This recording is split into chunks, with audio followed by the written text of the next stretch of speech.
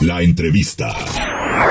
¿Cómo están, amigos? Me da mucho gusto saludar a Mario Borghino, que está con nosotros el día de hoy para platicarnos de su nuevo libro, Los paranoicos se salvan. ¿Cómo estás, Mario? Buenos días. Muy bien, Luis Ángel. Gracias por la invitación y con el gusto de poder compartir estas ideas de mi libro.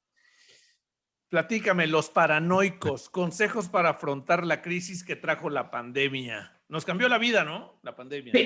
Sí, la pandemia nos cambió la vida porque yo digo que no estamos en una época de cambios, estamos en un cambio de época. Es decir, el mundo cambió para siempre.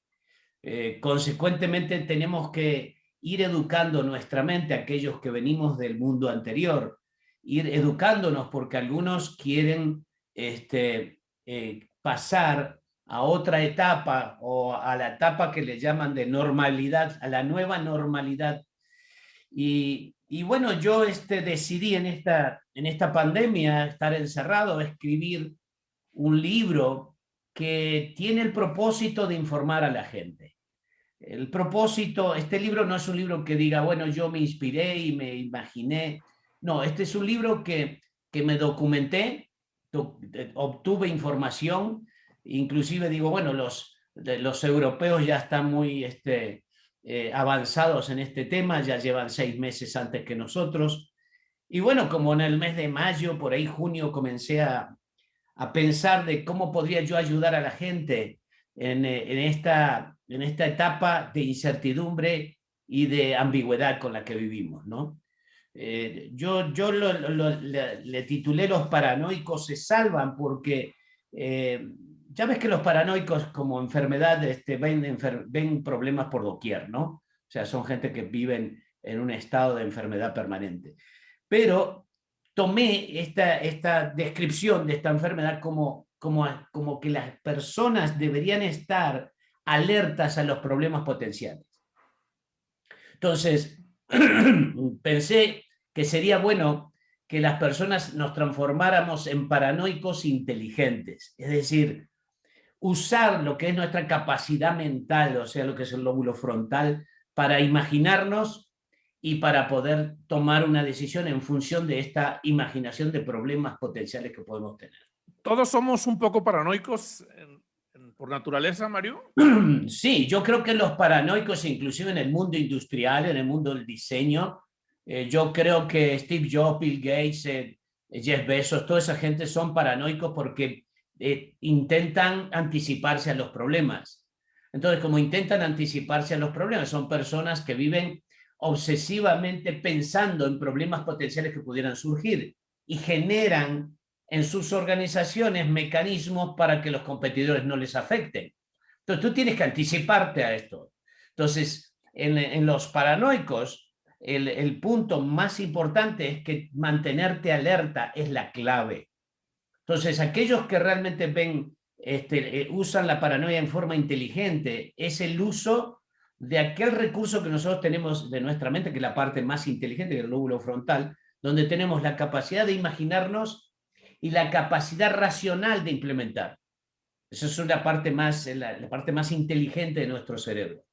Y entonces, pues, decidí recopilar información.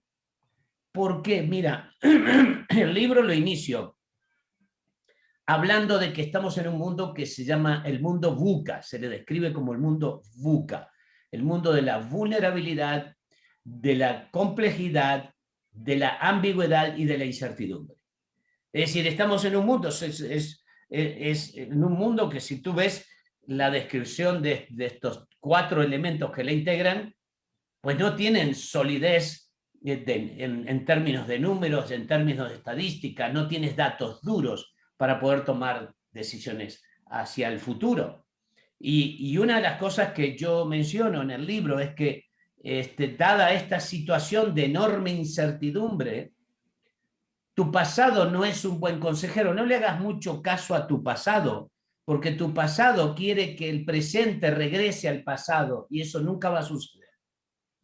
Es decir, es la primera vez que estamos en una generación sándwich. No estamos abandonando el modelo anterior, estamos ingresando en el nuevo, pero aún no estamos en el nuevo.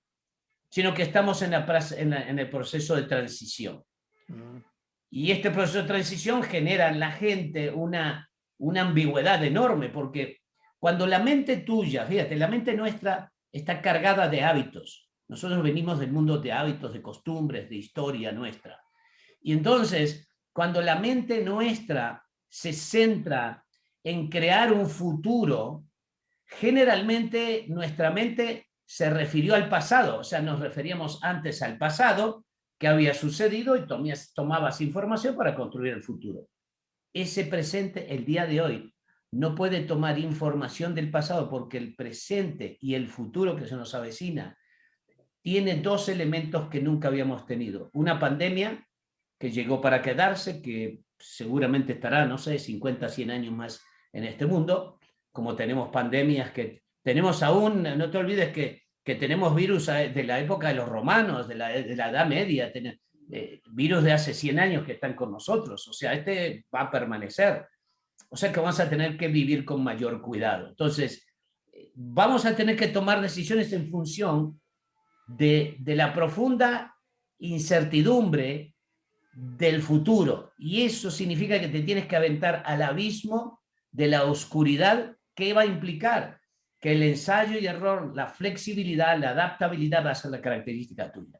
El mundo de la resiliencia que le estamos llamando últimamente, que es una palabrita que ahora sí se usa bastante.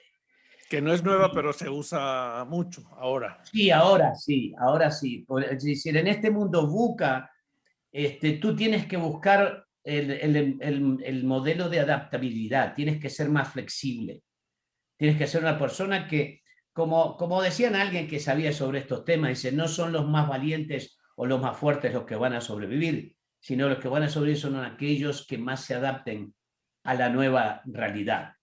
Entonces, yo lo que hice, el contenido del libro está dirigido a cualquier persona que quiera buscar una oportunidad en el futuro. ¿Por qué? Porque el futuro está demasiado incierto, Luis Ángel. Es decir, está tan incierto que no sabemos realmente qué acciones tomar. Tenemos miedo a fracasar. Hoy tienes que fracasar hasta tener éxito. No puedes dejar de intentar e inclusive fracasar. Eso significa que vamos a tener que ser muy valientes para enfrentarnos a la nueva realidad. Y entonces, yo lo hice para estudiantes, para una ama de casa, para alguien que trabaja en una fábrica, para aquel que quiere abrir un negocio, para aquel que ya abrió un negocio y que no le va muy bien, o aquel que lo despidieron de un empleo y está buscando una nueva oportunidad. Para ellos escribí este libro.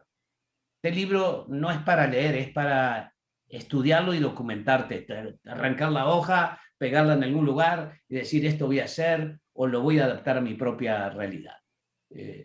Inclusive, por ejemplo, para darte una idea, a los jóvenes yo les digo, miren jóvenes, si tú te acabas de terminar tu carrera o ya terminaste hace muy poco tiempo, ya no busques un empleo, genera tu propio empleo. O ya no busques que una empresa te dé la seguridad y la estabilidad de la protección de una quincena. Genera tu propia empresa. Y tampoco generes, ni tampoco esperes que un jefe te diga cuánto vas a ganar. Tu sueldo va a ser de 15, de 20, 25, de 30. Resulta que un jefe decide cuánto vas a tener de ingreso. Ya no esperes que un jefe decida qué ingreso vas a tener y cuánto va a ser, sino que tú también generes tu propio ingreso. Es decir, vamos a tener que ser unos seres con un espíritu emprendedor distinto al que teníamos anteriormente. De hecho, la pandemia yo creo que generó mucho eso, ¿no? Vimos por todos lados gente haciendo emprendimiento, Mario. Sí, sí, sí, es totalmente cierto. De ahí me inspiré. Es decir, yo estoy dando varios ejemplos en el libro acerca de eso. Por ejemplo, hay gente que me pregunta, Mario, pero ¿qué consejo tú le das a una persona que perdió la mitad del empleo, la mitad del sueldo? Bueno, lo único que les digo es que deben aceptar la realidad, tienen que vivir con la mitad del sueldo y van a tener que comenzar a buscar en sus habilidades naturales alguna forma de transformar en forma monetaria tu habilidad natural. Tú tienes que crear tu inteligencia financiera, desarrollar tu inteligencia financiera. Mira, tenemos el caso de un joven vaya, le quitaron el empleo y no sabía qué hacer, pero a él le gustaba manejar las harinas y eso, y se me dediqué a hacer pan. Se dedicó a hacer pan y ahora hace pan congelado, y tú te lo dan en una caja muy bonita, muy bien hecho está, y te lo entregan, y tú en tu casa pues pones el pan en el horno y ahora comes pan como si recién saliera de la panadería. Eso, dice el joven, agradezco enormemente que me hayan quitado mi empleo, que me hayan botado de la empresa, porque ahora gano 2 o 3 veces lo que ganaba anteriormente. Y así te puedo dar muchos ejemplos. La chica chilena que creó el cubrebocas con tela que tiene cobre adentro, ella trabajaba en una fábrica que fabrica tela para túnicas de quirófanos para médicos, y comenzó a comprar retazos porque había que se estaban creando los cubrebocas. Y nada, esta joven decidió comenzar a hacer cubrebocas con los retazos de su fábrica, y hoy está en casi todo el mundo, porque resulta que esta tela tiene cobre dentro, y el cobre es un antiviral muy bueno. Entonces, bueno, en México vale como 1.700 pesos un cubreboca de eso, para que te des una idea. Entonces, lo que quiero decirte es que la gente tiene que ir desarrollando esa intuición de crear tu nuevo ingreso o tu segundo salario. Oye, Mario, ¿algún consejo que venga en el libro que nos puedas decir, mira, tal tipo de persona puede hacer esto? Bueno, la gente me pregunta mucho, Mario, hay gente yo hago muchas asesorías a personas actualmente, y ayudo mucho a la gente, como es el propósito de este libro, ayudar gente. Les digo, mira, si tú no sabes qué hacer, trata de buscar en tu talento natural, ¿qué es lo que más te gusta hacer? Como este joven, pues a mí me gusta la harina. Las joven que trabajaba en la fábrica, ¿qué es lo que sabes hacer? Pues sé coser, sé bordar en las máquinas, ok, hago cubrebocas. O como aquel que sabe de karate y de hacer deporte, pues hace cursos en línea. La señora que sabe cocinar, pues hace cursos de cocina, y así sucesivamente. Es decir, la gente debe centrarse en aquellas cosas que son tus talentos, habilidades o hábitos tradicionales que tú tienes, y que eso demuestran que es una habilidad natural que tú traes. En eso te tienes que dedicar. También en el libro yo hablo de los giros de negocios que son los ganadores y perdedores de esta pandemia. Es decir, si tú te dedicas a un negocio donde realmente se dedica al turismo, a las compañías aéreas, etcétera, pues la tienes un poquito complicada. O si estás en el mundo donde están las navieras que te dan el paseo por el Caribe, pues está muy difícil que tú puedas juntar 2 o 3 mil personas y subirlas a un barco. Y igual si tienes un antro, o tienes un bar, o tienes gimnasios. Imagínate un gimnasio, ¿cómo extraño el gimnasio? No sabes, lo extraño muchísimo. O artículos de mucho lujo. Tú ves, la gente ahora se viste en forma simple, está en el hogar, está en su casa, o sea, no tiene mucho problema.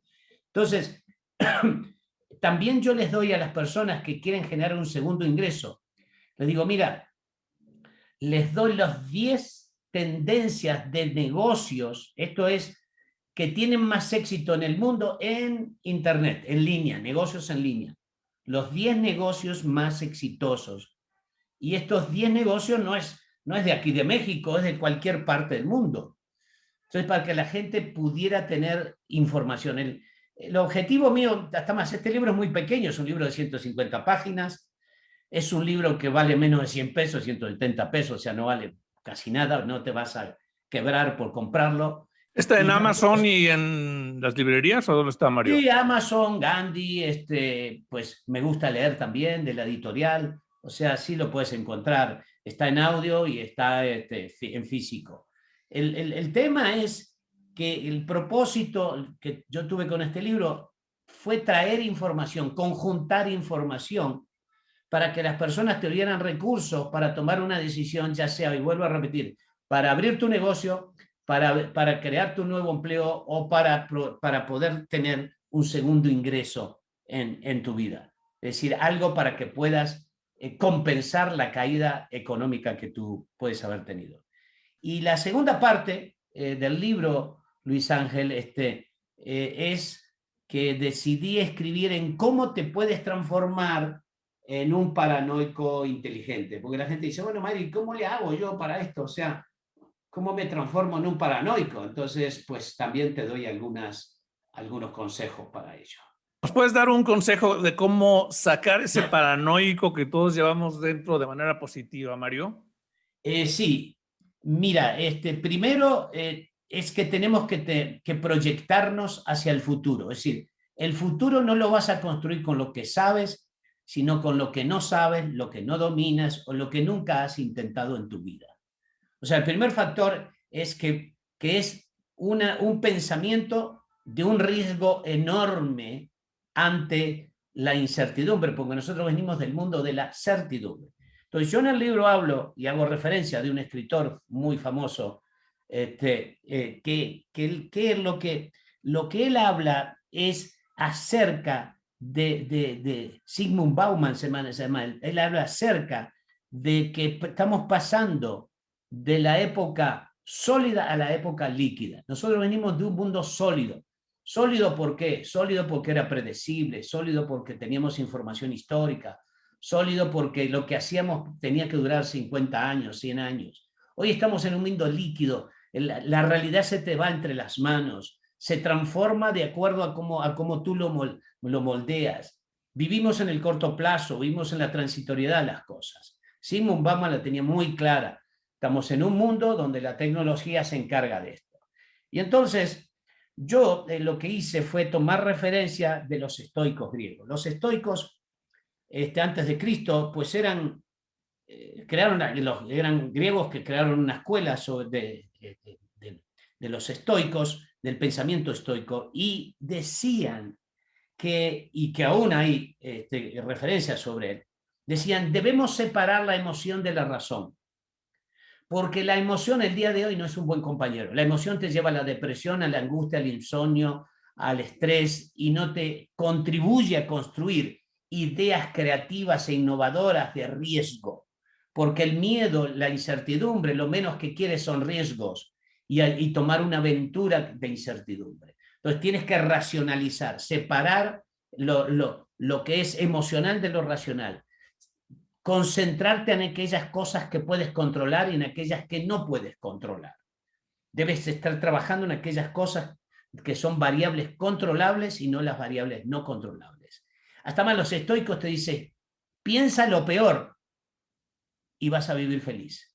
Porque si piensas lo peor, generas un mecanismo de protección que te hace vivir de una forma como tú quieres. ¿Por qué? Porque la nueva realidad te va a exigir crear nuevos caminos, pero no puedes esperar que emocionalmente las cosas, la realidad o las cosas cambien hasta el punto de ser igual que el pasado. No, igual que el año pasado nunca más vamos a vivir. Tú imagínate por un instante los colegios. Los colegios fueron como guarderías, los colegios universidades. El niño y el joven salía de su casa a las 8 de la mañana y regresaba a las 2, 3 de la tarde a tu casa. O sea, los tenías en una guardería estudiando. Ahora los tienes aquí en tu casa. O sea, ¿cómo vas a hacer eso? Esa realidad va a cambiar.